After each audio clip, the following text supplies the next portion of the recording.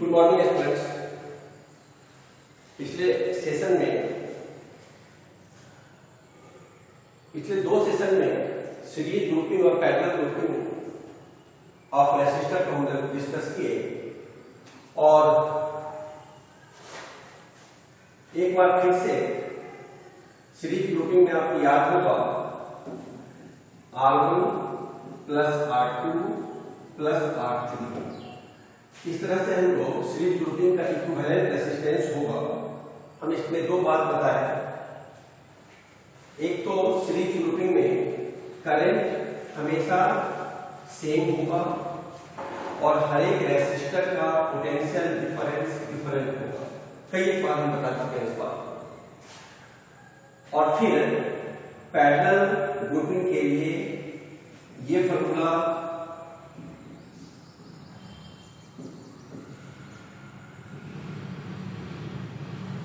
Proof किए, establish किए थे।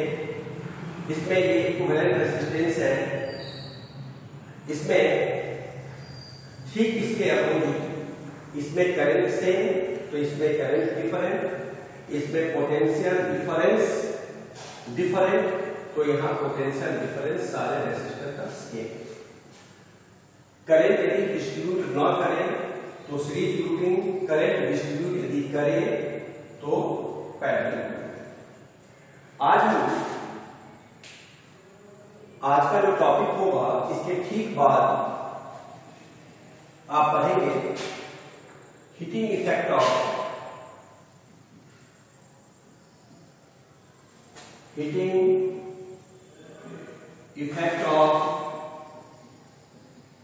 Electric current, heating effect of electric current. तो बहुत सिंपल सा इस टॉपिक के नाम से ही लग रहा है कि इलेक्ट्रिक करंट के कारण सर्किट में लगे वायर जो रेसिस्टर है वो गर्म हो जाएगा। तो आप फिर पढ़ेंगे आगे, आप क्लास 8 में भी पढ़े थे कि इलेक्ट्रिक करंट यदि किसी इलेक्ट्रोलाइट से पास करे तो इलेक्ट्रोलाइट्स में जो आयंस होंगे वह स्प्लिट अप हो जाते हैं। उसको हम कहते हैं chemical effect of electric current. फिर आप इस चैप्टर के बाद मैग्नेटिक इफेक्ट पढ़ेंगे कि जब किसी वायर में हम इलेक्ट्रिक करंट फ्लो करते हैं तो उसमें उस वायर के चारों ओर मैग्नेट की प्रॉपर्टी होती है, मैग्नेटिक फील्ड प्रोड्यूस करता है। फिर हम डिस्कस करेंगे डिटेल में नेक्स्ट चैप्टर में। तो उसी तरह से ये इलेक्ट्रिक करंट की एक प्रॉपर्टी है कि जब ये किसी वायर में फ्लो करेगा, किस किस फैक्टर पर डिपेंड करेगा ये हम बताएंगे। तो वे electric current pass through a resistor connected to a circuit, then heat is produced. This effect is called heating effect of electric current. ये क्यों हुआ, पहले तो आप इसको समझेंगे। देखिए, हम लोग एक वायर लेते हैं और इस वायर का रेसिस्टेंस R है और इसको एक इलेक्ट्रिक सर्किट से, तो एक बार हम बना चुके हैं, इस इलेक्ट्रिक सर्किट से इसको जोड़ दिए और जब हम इलेक्ट्रिक सर्किट से जोड़ते हैं तो इस दो पॉइंट जिसके बीच रेसिस्टर लगा हुआ है, इसमें करंट का फ्लो A से B की ओर होगा। एट द सेम इंस्टेंट जो इलेक्ट्रॉन्स हैं उसका movement just opposite to flow of current, direction of flow of current के अपोजिट इलेक्ट्रॉन का फ्लो होगा। अब बताइए, ये इलेक्ट्रॉन, ये जो बैटरी है इसके अंदर कौन सी एनर्जी होगी? Chemical energy. और ये केमिकल एनर्जी स्विच ऑन करेंगे तो ये केमिकल ट्रांसफॉर्म हुआ इलेक्ट्रिक एनर्जी में, करंट इलेक्ट्रिक एनर्जी है, और ये इलेक्ट्रिक एनर्जी अब इस इलेक्ट्रॉन को मिला और ये एनर्जी लेकर ये बी से ए की ओर आएगा। तो इस तरह से इस इलेक्ट्रॉन को वार्डन करना होगा, लोअर पोटेंशियल से हायर पोटेंशियल की ओर ले जाने के लिए इस इलेक्ट्रॉन को वार्डन करना होगा, और जो वार्डन करना होगा बी से ए तक की ओर लाने के लिए that work done transformed in the form of heat. आप जानते हैं work is a form of energy, 9 में पढ़े हैं, हीट के फॉर्म ऑफ एनर्जी। तो जैसे ही हम लोग इलेक्ट्रॉन को मेंटेन करें, इलेक्ट्रॉन जब फ्लो होगा बी से ए की ओर, तो ये इलेक्ट्रॉन को वार्डन करना होगा, और वही वार्डन हीट के रूप में ट्रांसफॉर्म हो गया। इसलिए करंट जब फ्लो हुआ, इलेक्ट्रॉन के फ्लो होने से, इलेक्ट्रॉन के फ्लो करने में वर्क डन करना पड़ा, और ये वर्क डन किस रूप में कन्वर्ट हो गया, हीट के रूप में। तो हम लोग अब एक एक्सप्रेशन लाते हैं कि इस heating effect of electric current का क्या एक्सप्रेशन है, हीट का क्या एक्सप्रेशन है। तो आप देखेंगे एक्सप्रेशन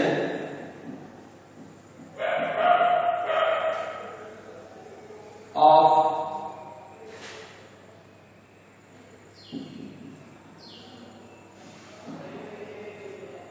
जूल्स हीट। तो ये नाम भी जूल नाम के साइंटिस्ट ने इस हीटिंग इफेक्ट का इन्वेंशन किया, और इसलिए इस जो हम एक्सप्रेशन अभी डिराइव करेंगे वह जूल्स हीटिंग इफेक्ट के नाम से जाना जाता है। देखिए बहुत सिंपल है, हम अब आपको रिकॉल करते हैं कि आप पढ़ चुके हैं, पोटेंशियल का डिफिनेशन हम बताए थे, पोटेंशियल डिफरेंस का डिफिनेशन बताए थे। क्या होता है कि जब ये करंट का फ्लो होगा, जब इस दोनों के बीच पोटेंशियल डिफरेंस होगा, ये आपका कई बार बताया कि ये टर्मिनल हाईएस्ट पोटेंशियल, ये लोएस्ट पोटेंशियल, तो इस तरह से ये VA और ये VB है, तो पोटेंशियल डिफरेंस के कारण ही करंट का फ्लो होगा। तो जो डिफिनेशन है पोटेंशियल डिफरेंस का, VA minus VB, potential difference equal to work by charge. यह आप पढ़ चुके हैं। तो बताइए अब आप इस इलेक्ट्रोड को लोअर पोटेंशियल से हायर पोटेंशियल को लाने के लिए वर्डन, देखिए हायर से लोअर के लिए कोई वर्डन नहीं, लेकिन जैसे ही लोअर पोटेंशियल से हायर पोटेंशियल को लाएंगे तो वर्डन करना होगा। तो हमको वर्डन से मतलब है बी से ए की ओर, अगर हम ऐसे चाहते हैं कि ये वर्डन इधर से बी से ए की ओर इलेक्ट्रॉन को लाने के लिए, तो ये वर्डन बी से ए की ओर क्या होगा, पोटेंशियल डिफरेंस और इनटू चार्ज। और फिर आप पढ़ चुके हैं ओम्स लॉ का यूज करते हैं, तो V equal to I to R। तो ओम्स लॉ में क्या हम लिखेंगे, यूजिंग ओम्स लॉ हम इसको लिख सकते हैं I इंटू R। और आप पढ़ चुके हैं I equal to Q by T, ये ओम्स लॉ का यूज किए, और ये फॉर्मूला आप जानते हैं, rate of flow of charge equal current. तो Q को अब हम IT में कन्वर्ट कर देते हैं। तो बताइए ये क्या फॉर्मूला हो गया, I into I square R into T। ये वर्क डन, और ये वर्क डन यदि कंप्लीटली हीट के रूप में ट्रांसफॉर्म हो जाए, ये वर्क डन कंप्लीटली हीट के रूप में ट्रांसफॉर्म हो जाए, तो हम कह सकते हैं कि देयरफॉर W जो वर्डन करना पड़ा वो हीट के रूप में ट्रांसफॉर्म यदि कर जाता है, तो ये किसके बराबर होता है, I स्क्वायर RT के बराबर होता है। बस ये एक्सप्रेशन आया जूल्स हीटिंग इफेक्ट का H equal to I square R into T। बहुत सिंपल सा एक्सप्रेशन और बहुत इंपॉर्टेंट एक्सप्रेशन है। आप अपने एनसीईआरटी बुक में देखेंगे, I का वैल्यू मालूम है, R का वैल्यू मालूम है, T का वैल्यू मालूम है, आप H निकाल लेंगे तो इसमें 1, 2, 3 और 4 टर्म है, इसमें 3 नोन होगा तो चौथे को आप निकाल सकते हैं। ये हुआ joules law for heating effect. Heating effect के लिए जूल का नियम हुआ है। तो अब आप देखेंगे जूल्स लॉ में हम इसमें 3 लॉ बना सकते हैं। पहला तो हम कह सकते हैं H directly proportional to I square. ये कब होगा? जब रेसिस्टेंस और टाइम को हम कांस्टेंट रखें, इसको कहते हैं लॉ ऑफ करंट। यदि किसी, इसका मतलब हुआ कि यदि कोई वायर लेते हैं और उस वायर का रेसिस्टर कांस्टेंट हो जाए, रेसिस्टेंस चेंज ना हो, मतलब वायर चेंज ना हो, और एक कांस्टेंट टाइम तक करंट फ्लो करे, तो जो हीट प्रोड्यूस होगा उस वायर में वो directly proportional to square of current होगा। ठीक है, पहला हुआ। फिर दूसरा हम कह सकते हैं H directly proportional to R। याद रखना है I स्क्वायर R। यहां पर कब कब होगा ऐसा? क्योंकि प्रोपोर्शनल देने हटाएंगे तो कांस्टेंट, तो यहां कांस्टेंट क्या होगा? बाकी बचा हुआ दो चीज I और T, ये दोनों कांस्टेंट हो जाएगा। मतलब यदि हम किसी वायर को फिक्स कर दिए तो फिर ये लॉ हुआ। लेकिन अब हम एक वायर लिए, उसका रेसिस्टेंस R1 है, तो उसमें I करंट T समय तक हम फ्लो करते हैं, फिर हम उस वायर को चेंज कर देते हैं तो उसका रेसिस्टेंस चेंज हो जाएगा। ये रिलेशन हमको मिलेगा। पहले वाले से हम एक फॉर्मूला निकाल सकते हैं H1 by H2 equal to I1 square by I2 square. इससे फॉर्मूला निकाल सकते हैं H1 by H2 equal to R1 by R। तो और एक तीसरा है लॉ ऑफ टाइम। बस एक तीसरा ही बचा। ये कब होगा? जब I और R को हम कांस्टेंट रखें, वायर भी चेंज ना करें, करंट को भी चेंज ना करें, केवल टाइम को चेंज करें। तो ज्यादा समय तक अगर हम करंट को फ्लो करते हैं किसी एक ही वायर में और कम समय तक फ्लो करते हैं उसी वायर में उतने ही करंट तक देकर, तो हीट टाइम के डायरेक्टली प्रोपोर्शनल होगा और हम लिख सकते हैं H1 by H2 equal to T1 by। इस तरह से ये कहलाता है लॉ ऑफ करंट, ये कहलाता है लॉ ऑफ रेसिस्टेंस, ये कहलाता है लॉ ऑफ टाइम। हम लोग को बेसिकली इस फॉर्मूला से मतलब है H equal to I square R। अब हम लोग इस हीटिंग इफेक्ट का प्रैक्टिकल एप्लीकेशन देखेंगे। क्लियर है? ये अब हम लोग क्या इसका प्रैक्टिकल एप्लीकेशन है?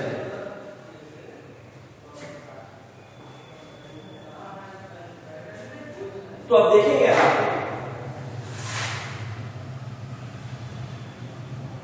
Practical applications of heating effect of electric current. देखिए एक बड़ा इंपॉर्टेंट एक फॉर्मूला है, आप ध्यान से देखेंगे, पढ़ चुके हैं, अभी पढ़ाए हैं। हम जानते हैं कि H I स्क्वायर RT होता है। हम इसी फॉर्मूला का यूज करेंगे हीटिंग इफेक्ट के लिए। थोड़ा सा चेंज करते हैं इसमें, I ओम्स लॉ लगाते हैं, V equal to I R, तो I इक्वल टू क्या होगा? V बाई R, तो V square by R using Ohm's law. Clear है? I equal to V by R, I square V square by R। ये R cancel कर दिए तो क्या बचा? V square by R into T. अब आप बताइए कि आर का क्या फॉर्मूला होता है, बताए हैं रो एल अपॉन ए। एक इंपॉर्टेंट फॉर्मूला है, याद होगा, रेसिस्टेंस, रेसिस्टिविटी, लेंथ और एरिया ऑफ क्रॉस सेक्शन। तो क्या हम वी स्क्वायर और आर को बदलकर रो एल बाई ए लिखते हैं और इंटू टी तो पहले से है।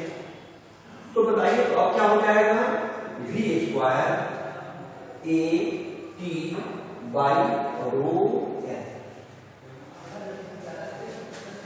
L equal to I square R T, I equal to V by R, V square by R square into R into T, cancel V square by R into T, are we know that R equal to rho L upon A, where rho is resistivity आपको मालूम है, बैठा दिए। तो ये formula आ गया we square ए ऊपर जाएगा into T by rho L. ऐसा हम प्रैक्टिकल एप्लीकेशन में क्यों इस फॉर्मूला को बताएं, अब आप समझिए इसका। देखिए हम कह सकते हैं इस फॉर्मूला को देखकर कि H यदि किसी वायर में एक सर्किट बनाए, वायर को लगा दिए, बैटरी लगी हुई है, तो क्या पोटेंशियल डिफरेंस चेंज होगा? नहीं। क्या उस वायर का एरिया क्रॉस सेक्शन चेंज होगा? नहीं। यदि हम सेम टाइम तक करंट को फ्लो करते हो तो ये भी चेंज नहीं होगा, और जब वायर ही चेंज नहीं हुआ तो लंबाई लेंथ भी चेंज नहीं होगी। तो अब आप बताइए कि H इनवर्सली प्रोपोर्शनल टू रो होगा या नहीं। और ये प्रैक्टिकल एप्लीकेशन के लिए सबसे इंपॉर्टेंट रिजल्ट आया। क्या रिजल्ट आया कि heat produced is inversely proportional to their resistivity. और रेसिस्टिविटी किस पर डिपेंड करता है, ये बता चुके हैं आपको। Resistivity totally depends upon nature of material, nature of conductor, nature of metal. तो अब आप एक चीज बताइए कि हमको चाहिए ज्यादा हीट, हमको हीटिंग एलिमेंट बनाना है।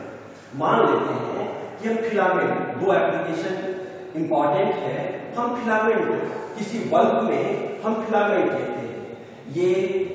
ये बल्ब है और इसमें हम फिलामेंट लिए, और ये फिलामेंट जब हम लेते हैं तो क्या चाहिए, कोई हीटर है, हीटिंग एलिमेंट है हमारे पास, तो हीटिंग एलिमेंट को क्या चाहिए, तो हीट चाहिए, ज्यादा हीट चाहिए। तो बताइए हीटिंग एलिमेंट में जो हम एलिमेंट लेते हैं, हीटिंग एलिमेंट में जो हम एलिमेंट लेते हैं, वह एलिमेंट कैसा होना चाहिए, ज्यादा हीट दे। ज्यादा हीट कब देगा, जब उसकी रेसिस्टिविटी कम होगी। कैरेक्टरिस्टिक पर ध्यान देना है। Why we consider element of low resistivity for a heating element, क्योंकि अगर रेसिस्टिविटी लो होती है तो हीट ज्यादा प्रोड्यूस करेगा। तो बताइए हीटिंग एलिमेंट में जो हम हीटिंग एलिमेंट के कैरेक्टरिस्टिक में, ये जो कैरेक्टरिस्टिक होगा, जो उसका प्रॉपर्टी है, क्या होना चाहिए, पहली बात कि लो रेसिस्टिविटी,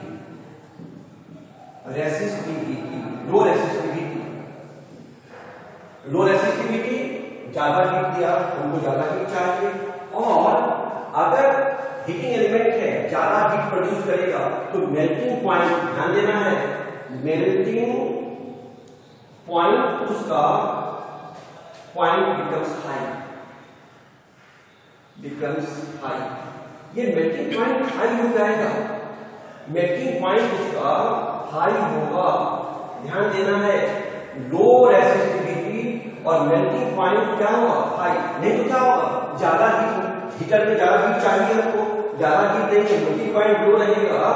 अगर रेसिस्टिविटी लो है फिर भी मेल्टिंग पॉइंट अगर हमारा लो हो जाए, दोनों लो हो जाए, तो ज्यादा हीट देगा लेकिन मेल्ट कर जाएगा, हमारे काम का नहीं होगा। इसलिए कैरेक्टरिस्टिक में हम ये दो बात समझेंगे हीटिंग एलिमेंट के लिए, क्योंकि हमको हीट चाहिए, हमको लाइट नहीं चाहिए। लेकिन जैसे ही हम फ्यूज का यूज करते हैं, एक इंपॉर्टेंट है, इलेक्ट्रिक सर्किट में हम फ्यूज लगाते हैं, तो जैसे ही हम फ्यूज की बात करेंगे बताइए तो अगर उसका मेल्टिंग पॉइंट हाई हो जाए तो अनड्यू करंट जब इलेक्ट्रिक सर्किट में इंस्टेंटली फ्लो करेगा, एकाएक ज्यादा करंट जो हमको नहीं चाहिए, वह इतना ज्यादा करंट फ्लो जब हो जाए तो बताइए तो अगर हम फ्यूज में इसी एलिमेंट का यूज करते हैं तो मेल्टिंग पॉइंट का क्या है, हाई है, और अनड्यू करंट जब जाएगा, instantly large magnitude of current जाएगा, तो ये मेल्टिंग पॉइंट हाई होने के कारण वो मेल्ट नहीं कर पाएगा और सारा का सारा करंट सर्किट में चला जाएगा और हम जो डिवाइस, हमारा जो अप्लायंसेस है, जो भी हमारा डिवाइस है, इंस्ट्रूमेंट है, वो सब क्या हो जाएगा, वो डैमेज हो जाएगा। तो हम सर्किट को प्रोटेक्ट करते हैं फ्यूज लगाकर, और फ्यूज मस्ट, क्योंकि बता चुके सारा करंट डिस्ट्रीब्यूशन ना हो उसके लिए वो सीरीज होता है, तो हम फ्यूज को सीरीज में लगाएंगे, सर्किट के सीरीज में। मान लेते हैं कि ये सर्किट हमारा है और ये सर्किट हमारा है और इस सर्किट में हमको फ्यूज लगाना है, तो फ्यूज को हम यहां लगाएंगे, ना कि फ्यूज को पैरेलल में लगा देंगे। ये फ्यूज वायर है। तो अब आप देखिए कि जब स्विच ऑन करेंगे, ये रेसिस्टर से करंट फ्लो किया और ये करंट मैग्नीट्यूड में एकाएक ज्यादा हो गया, तो क्या हो जाएगा, इस अगर मेल्टिंग पॉइंट इसका हाई होगा तो इस करंट के कारण यह मेल्ट नहीं कर पाएगा। इसलिए इसके कैरेक्टरिस्टिक में क्या होगा, जस्ट इसका उल्टा, हाई रेसिस्टिविटी हाई होगा तो हीट हमको नहीं चाहिए, हमको लाइट तो चाहिए। तो अब हम क्या चाहेंगे, H कम हो। तो ये कब कम होगा, जब रेसिस्टिविटी हमारा हाई हो जाए। ये दो था, इसमें क्या लिखेंगे हम, हाई रेसिस्टिविटी, हाई, ध्यान देना है, हाई रेसिस्टिविटी, और फिर कैसा पॉइंट, लो, मेल्टिंग पॉइंट बिकम्स हाई, और इसमें क्या हो जाएगा, लो मेल्टिंग पॉइंट। तो बताइए, दो बात याद रखना है, इस फॉर्मूला को याद रखना है कि H इनवर्सली प्रोपोर्शनल हो, तो बस आपका मल्टीपल चॉइस फॉर्मूला बन जाएगा कि बताइए हीटिंग एलिमेंट में हमको लो रेसिस्टिविटी, हाई मेल्टिंग पॉइंट, और फ्यूज में high resistivity, low melting point हम क्यों लेते हैं, ये आप समझ गए। इस तरह से practical application of heating effect में हम दो चीज, ये एनसीईआरटी का टॉपिक है, एक फिलामेंट लेते हैं और एक फ्यूज है, और बहुत सारे डिवाइस आप जानते हैं जो हीटिंग इफेक्ट पर बेस्ड होते हैं। तो इसका बेसिक कंसेप्ट ये है। अब हम एक छोटे से टॉपिक में जाते हैं। इस टॉपिक में आप देखेंगे कि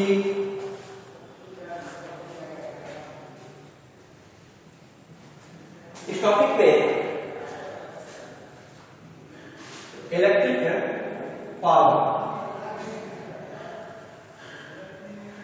पावर है, P से रिप्रेजेंट करते हैं, और 9th क्लास में आप हैं रेट ऑफ डूइंग वर्क। तो बताइए कि अगर हम वर्क क्यों कर रहे हैं, आप देखिए अभी कि इलेक्ट्रोड को लो पोटेंशियल से हाई पोटेंशियल क्यों लाने के लिए वर्क करना पड़ता है। तो आप जितना वर्क करते हैं, rate of doing work is called power, P equal to W/T। केवल 9th क्लास में मैकेनिकल वर्क था और ये यहाँ क्या है, इलेक्ट्रिक वर्क है। अब आप देखेंगे कि W है, फिर पोटेंशियल की बात हम करते हैं, पोटेंशियल वर्क बाय चार्ज, तो W equal to V into Q by T, और एक इंपॉर्टेंट फॉर्मूला मिला, I इक्वल टू क्या होता है, चार्ज बाय टाइम, तो P equal to V by V into R। तो बताइए हम इसको चेंज कर सकते हैं डिफरेंट फॉर्म में, जैसे P इक्वल टू V को IR लिख दें इंटू I, तो क्या हो जाएगा, I स्क्वायर R भी हो जाएगा ये। फिर हम P को चेंज कर दें V इंटू I, तो V by R, I equal to V by R, तो ये क्या हो जाएगा, V स्क्वायर बाई R। इस तरह से हम देखें कि यदि आप पावर को V into I square R और V स्क्वायर बाई R, 1 वाट को हम डिफाइन कर सकते हैं। देखिए ये पावर का ऐसा यूनिट क्या होता है, आप जानते हैं पहले से, वाट होता है तो यदि हम 1 वाट को डिफाइन करना है तो 1 वोल्ट पोटेंशियल डिफरेंस डालें जिससे कि 1 एम्पियर करंट फ्लो होता है तो वह कितना पावर कंज्यूम करेगा 1 वाट। 1 वोल्ट पोटेंशियल डिफरेंस के कारण यदि 1 एम्पियर करंट फ्लो होता है तो वह पावर वह कंज्यूम कितना करेगा 1 वाट करेगा। तो ये फार्मूला है सिंपल सा, इससे हम पावर के प्रॉब्लम को सॉल्व करेंगे। अब एक से 2 मिनट का एक और टॉपिक आप देख लीजिए जो एनसीईआरटी का अंतिम टॉपिक है, इलेक्ट्रिक एनर्जी। इलेक्ट्रिक एनर्जी में एनर्जी और वर्क है तो आप पढ़ चुके हैं अभी कि P इक्वल टू क्या होता है W/T। Work is a form of energy E/T, तो E इक्वल टू क्या होगा P × T। तो यदि हम पावर वाट में होता है, ये वाट में और ये सेकेंड में, तो एनर्जी किस में आएगा जूल में। लेकिन अगर हम लार्ज स्केल लार्ज यूनिट ले एनर्जी के लिए तो आपको याद होगा इसको कहते हैं कॉमर्शियल। आप पढ़ चुके हैं commercial unit of energy. Commercial unit of energy में क्या होगा, ये जो एनर्जी है ये पावर जब 1 किलोवाट कंज्यूम किया जाए कितने समय तक 1 आवर तक। 1 किलोवाट पावर यदि 1 आवर तक कंज्यूम किया जाए तो वो किसके बराबर होगा, तो 1 किलोवाट आवर होगा। And 1 kilowatt our